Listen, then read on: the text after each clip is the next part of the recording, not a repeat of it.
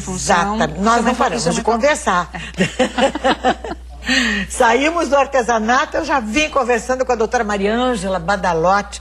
A Mariângela é um mestre no assunto dela. Doutora Mariângela é médica, ginecologista, ela é diretora do Fertilitá, Centro de Medicina Reprodutiva, ela é mestra em clínica médica, doutora em patologia, especialista em reprodução humana por universidades aí do mundo inteiro e professora também, que eu sei que é um título que orgulha tanto, né?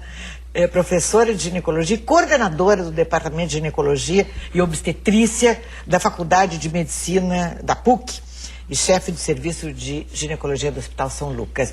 Seja bem-vinda, Mariângela. Estamos falando sobre a preservação da fertilidade. Algumas pessoas, tanto homens quanto mulheres, que têm um problema qualquer, precisa fazer um problema qualquer, não um problema sério, a necessidade de fazer um tratamento mais agressivo, digamos, quimioterapia, por exemplo.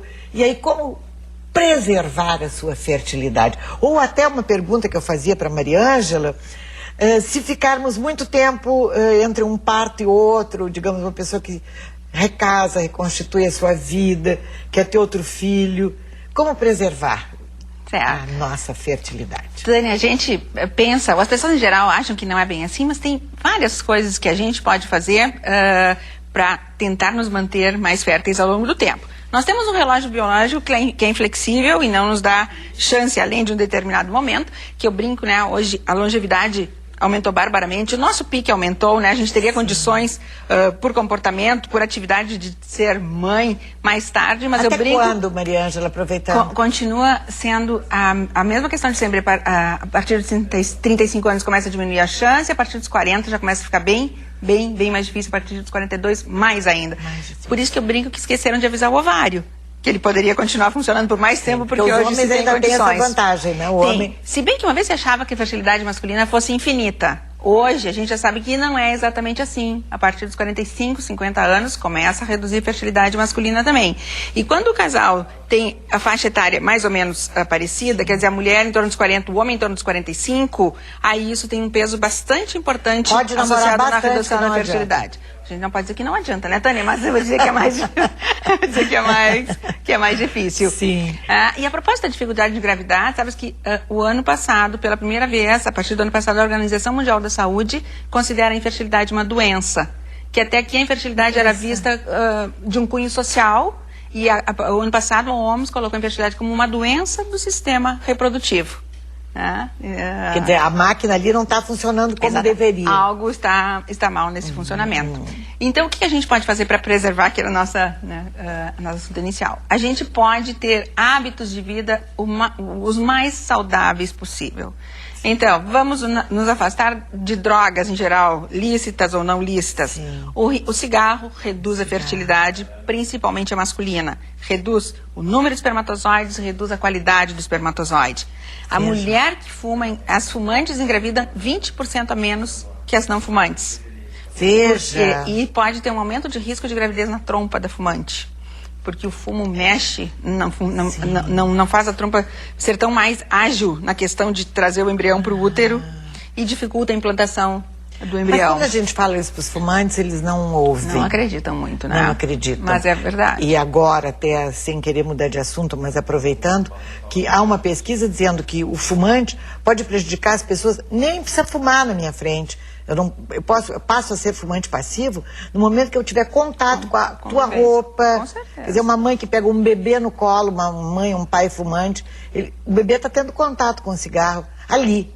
Sem a fumaça tá rolando. E falando em bebê, sem contar o maior risco de morte súbita em crianças, filhos de pais fumantes, né? Onde tem fumo na casa ou qualquer... Então, o cigarro é realmente uma droga. Pode até ser, eu não vou fumar dentro de casa, mas mesmo assim eu carrego o fumo no meu corpo, nas minhas células, né? E antes vocês estavam falando de pele, né? Sim. O cigarro para pele feminina é um horror. Às vezes a gente consegue convencer as pacientes a deixar de fumar, não tanto pela questão da saúde, mas mais pela questão de estética. Sim. Porque a pele, depois da menopausa, vai mostrar a influência que o cigarro teve ao longo desses anos. Então, e também o cigarro é uma droga. Se precisar fazer uma cirurgia ou tiver qualquer uma doença súbita, quando há necessidade de fazer enfim, um aprofundamento maior, tipo anestesia, etc., é um risco. É um risco maior, sempre que o pulmão vai estar sempre com função comprometida. Tá, né? chega de falar mal dos pulmões. Chega de falar mal do cigarro. O álcool interfere na fertilidade, principalmente na masculina. Então, cocaína, maconha, a cocaína em adição pesada e crônica pode até levar à perda de função irreversível do testículo. Então, as drogas, em geral, são muito danosas e isso é comportamental. Né? Além toda a função erétil, etc., também fica prejudicadíssima. Sim, com certeza. Né? A performance sexual fica fica prejudicada. A questão do peso. Né? Hoje está tão na moda ser magra além da conta, sim, né? É e por outro lado a gente tem bastante problema de obesidade, que no Brasil também isso vem crescendo. Cada vez mais a gente vê as pessoas, mas muito adolescentes, crianças, isso vem se avolumando de uma forma importante. Então, tanto a magreza excessiva quanto o excesso de peso interferem na fertilidade, tanto feminina quanto masculina, mais na feminina porque interfere na ovulação. E sem óvulo não se... A obesidade interfere? A obesidade barbaramente. E a obesidade interfere na chance de gravidez e é um fator complicador da gravidez. Hoje, assim, coisas que há pouco tempo atrás não se tinha ideia que se atribuía a outros fatores, hoje se sabe que está relacionado à obesidade, alguns riscos da gestação. Então, bem importante, isso também passa, né, por nós nos motivarmos a manter um peso adequado através de atividade física, né, dieta saudável, etc. E quando há necessidade, por exemplo, de uma quimioterapia, uma pessoa, e eu quero engravidar, ter filhos depois, homens e mulheres, tomamos os mesmos cuidados de retirar os óvulos ou guardar o esperma? Temos o que fazer, né? Sim. Hoje o câncer está acometendo as pessoas cada vez mais jovens e, por outro lado, tem um aumento do índice de cura, né? Então nós vamos ter, no futuro, estamos tendo cada vez mais pessoas ainda jovens que não completaram sua família, não tiveram filhos, curadas do câncer. Exatamente, e muitas vezes que se veem sem óvulos ou sem espermatozoides. Podemos então guardá-los? Podemos, então temos condições de congelar óvulos, temos condições de congelar espermatozoides, temos condições de usar medicamentos para tentar reduzir o dano do ovário ou do testículo durante a quimioterapia. Podemos congelar pedacinhos de testículo, pedacinhos de ovário. Então, tem bastante o que fazer para essas pessoas que, principalmente as mulheres. Os homens se congelam há bastante tempo, mas as mulheres é um fato relativamente novo. E que se isso não for lembrado naquele momento, antes de iniciar o tratamento, é uma oportunidade única que se perde. 70% das mulheres que fazem quimioterapia perdem a função do ovário. É bastante. 70% é um número expressivo. Então a gente tem como reduzir esse número e tem como preservar óvulo e espermatozoide. E quanto tempo ele pode ficar guardadinho, congelado? Não tem tempo limite. No início, quando se congelava embrião, óvulo, espermatozoide, se colocou um número mágico de 3 anos. 3 em medicina é meio mágico. Muitas coisas se comprovou por evidência que 3 é um número real, mas isso foi arbitrário, 3 anos. Sim. Depois passou para 5, começaram a nascer crianças de embriões congelados de 5 anos, de semi-congelado a mais de 5. Hoje se sabe que o dano à célula vai ocorrer ou no momento do congelamento ou no momento do descongelamento, e não tem nenhuma evidência que o tempo provoque algum dano, medo era o dano genético, né? Alteração, não tem evidência que o tempo possa danificar, então não tem limite de tempo. Hoje em dia se vê muito pessoas que fazem tratamentos para engravidar, que às vezes não conseguem, então se faz uma gravidez fora do útero antes. As fertilizações. Isso, então tem mulheres que algumas nascem sem útero, né? É verdade? Sim, né? É uma Veja como a gente não sabe coisas, estou sabendo agora. Síndrome de Rokitansky. É uma mulher, geneticamente mulher, perfeita, os ovários são perfeitos, mas... Ela tem menstruação, etc. Ela não menstrua porque não tem útero. Claro. Certo? Sua tolinha. Então não menstrua, não tem útero. Outras nascem com um útero que não se desenvolve adequadamente, um útero rudimentar.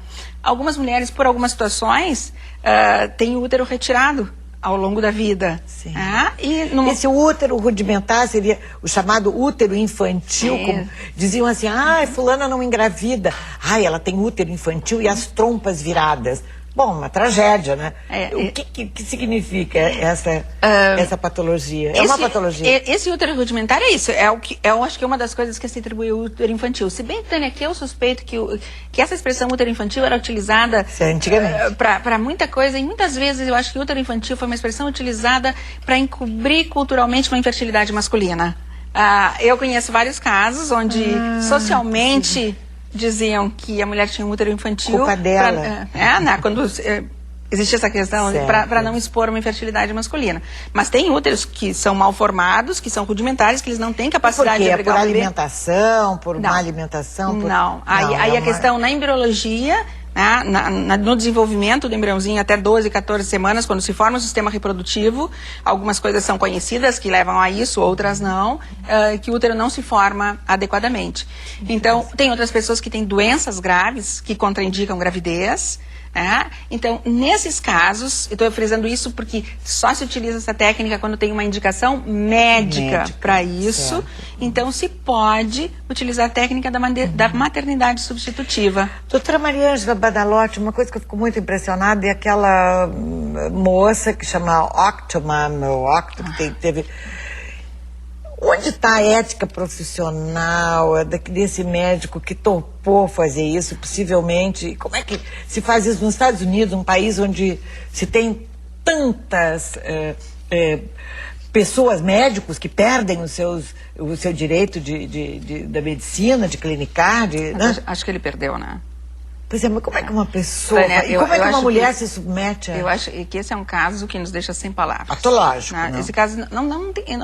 É difícil até argumentar qualquer coisa até para justificar essa insanidade. Eu considero isso uma insanidade.